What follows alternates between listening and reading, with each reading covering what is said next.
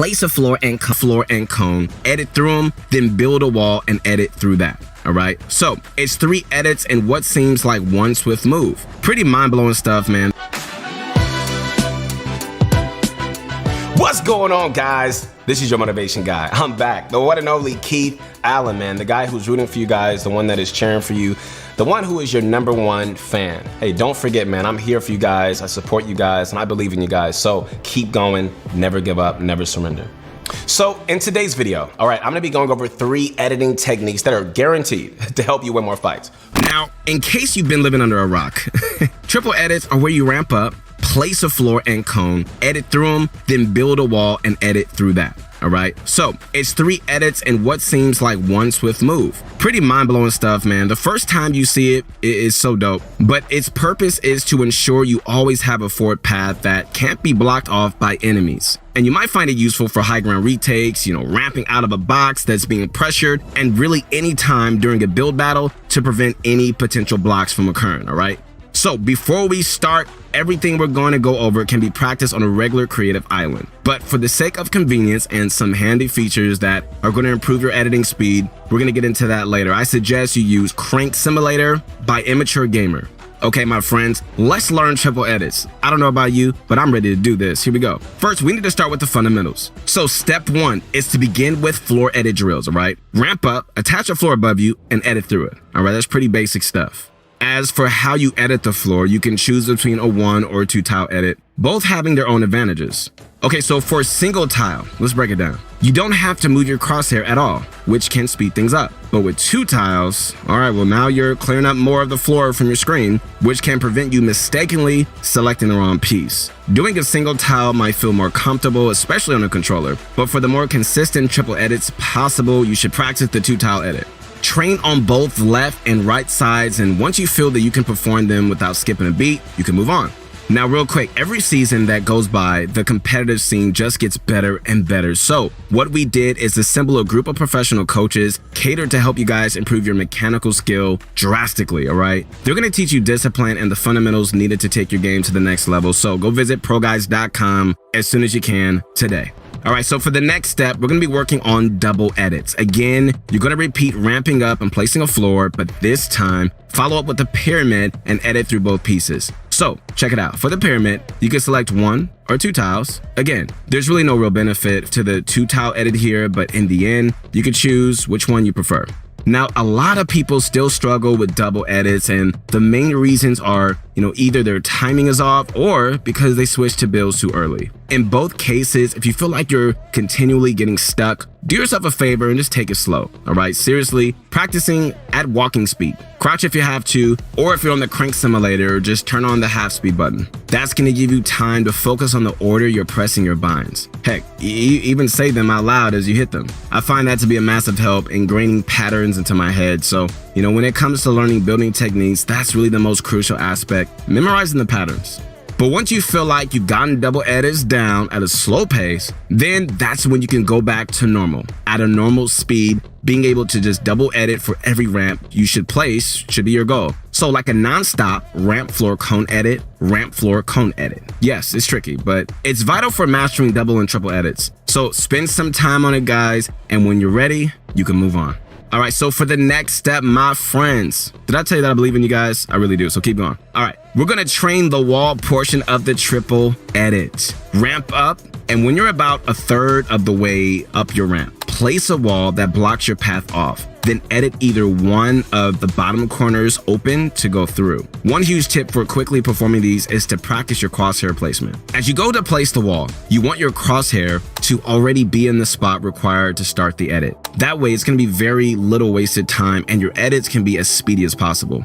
But another tip to increase your editing speed is to practice tight crosshair movements, all right? So when you go to make the edit, your crosshair should be selecting the tile at a point where it barely has to move to get to the next. That way, your crosshair is moving as little as possible and you can complete them much quicker. Anyway, these wall edits aren't too tough, so just keep practicing until you feel more comfortable doing them without fail. All right, don't speed it up, man. Take your time. This is your journey. All right, take your time. Be comfortable. Finally, okay, so it's time for you to put everything together and start doing triple edits now. All right, ideally, your piece orders should be like this: ramp, floor, cone, then edit through them, all right? Place a wall and edit through that. After editing through, you can follow up with another ramp or even do something like a quick jump and a 90-degree turn. Again, make sure that you're considering your crosshair placement and movements at all times, guys. Every time you finish an edit, your crosshair should be in the spot where you're ready to perform the next. And with your floor and wall edits, remember, keep it tight and minimize your crosshair movement. These two concepts are just like your bottom presses, a part of the overall pattern you're memorizing, okay? It needs to get to the point where you don't even think about what your crosshair is doing. You should just be moving it just instinctively.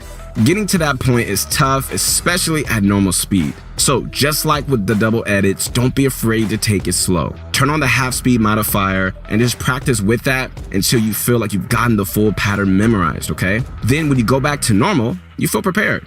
But once you think, you're somewhat consistent with triple edits, learn to chain them is the last step. It's sort of an optional step since you probably won't ever chain triple edits in a real match. But if you still like learning them, then here's a couple of tips we caught from Benji Fishy. First, he places the next ramp he's going to be climbing before placing his wall. That way, when he's done editing, it's already there waiting for him. And second, after he completes his wall edit, he immediately adjusts his crosshair up so that he can just place the next floor and cone.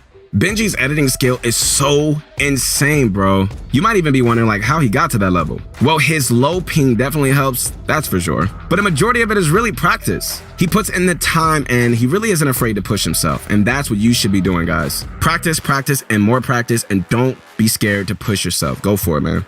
For example, like one way that you can really push yourself is by using the speed boost on Crank Simulator. By practicing at faster speeds, you're going to force yourself to make inputs much quicker than usual. Then when you go back to normal speed, things are going to suddenly feel slower and as a consequence, much more manageable.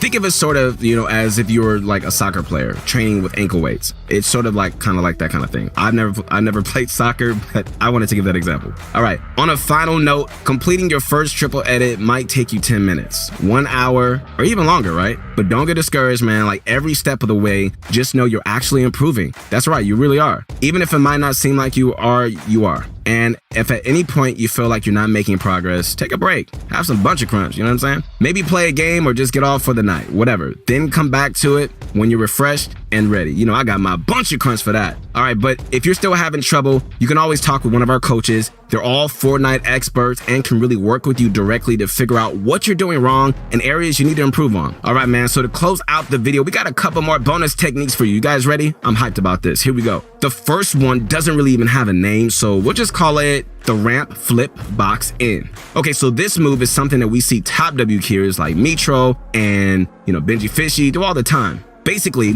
when they ramp rush directly over an opponent, they'll do three things. First, place both a ramp and a floor over the enemy. Second, they reverse their ramp and edit open the floor. And third, they place walls to block off the opponent's exit so they can just finish them off. Okay, so as for why you want to do this, if you don't put those walls down 90% of the time, the enemy is going to get away. And that just prolongs the fight. So by doing this, you could just finish your kills more quickly, which is what all of us want, right? But to practice this technique, first load into a creative island, then begin by placing a bunch of ramps one space apart to simulate enemy ramp rushes. And from here, and I mean like right here, all you need to do is just ramp up over them, place a floor, and pull off the rest of the technique. The hardest parts are easily flipping the ramp and aiming low enough to get those walls off. So if you're having trouble, try breaking up the steps to work on them individually, all right? As for how you should edit the floor, it doesn't really matter a lot since speed is the most crucial factor here. But if you have the option, choose the right-hand tile so you can just give yourself the peeking advantage when you go to shoot. Also, just know that there is a second variation of this technique which uses a cone instead of stairs, right? This is more for in-build fights where you're not ramping over your opponent, but you're instead blocking them off from a distance. Since this variation is equally useful, you should definitely throw this into your training as well. But keep running those drills over and over until you feel like the entire process has become second nature. Then once you're in an actual game, you're gonna be able to do it for real. All right, finally guys, the last technique, here we go. I wanna show you guys a straightforward method that you can use to fully box in any opponent behind your wall. Okay, to start, you make a wall edit, preferably either a corner or a window. Then place 2 cones, one on the bottom and one on top. After that, follow up by boxing in your opponent with walls, and once those are placed, you can either just rush straight in and just go for the gunfight, or reset your wall and play it out from there. As for pulling this off, man, the mechanics required aren't really too tricky, but definitely work on your crosshair placement when building the cones. There's a sweet spot that you can position it, to place both cones super quickly too. It's right in the middle, and it really isn't too hard to figure out with practice. As for when you should use this technique, there are a couple of conditions I would look for. First, your opponent can't be looking directly at you. If they are, they're just going to shoot you as, you try to place those builds. Second, your opponent needs to be missing a significant number of pieces around themselves, all right? So, like if they don't have a ramp in their box or they're missing walls, that's when you try to use this technique. If they're fully boxed up and you feel like you can't really take advantage, then it's not going to work.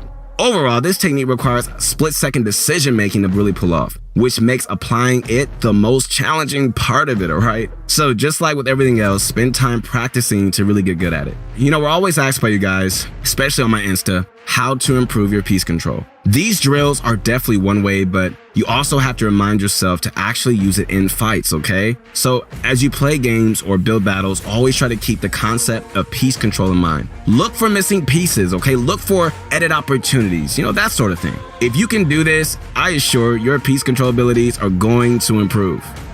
100? Nice. I'm 1 HP, I'm 1 HP, I'm 1 HP. All right, guys, once again, this is your motivation guy. That's right, your friend, the one and only Keith Allen. I hope you enjoyed this video. Apply this to your real games, man, and you're gonna see a huge change, I promise you. Make sure to connect with me on my Insta at your motivation guy. Like the video, subscribe to the channel, and spread the word about Pro Guides. It's going down. Peace.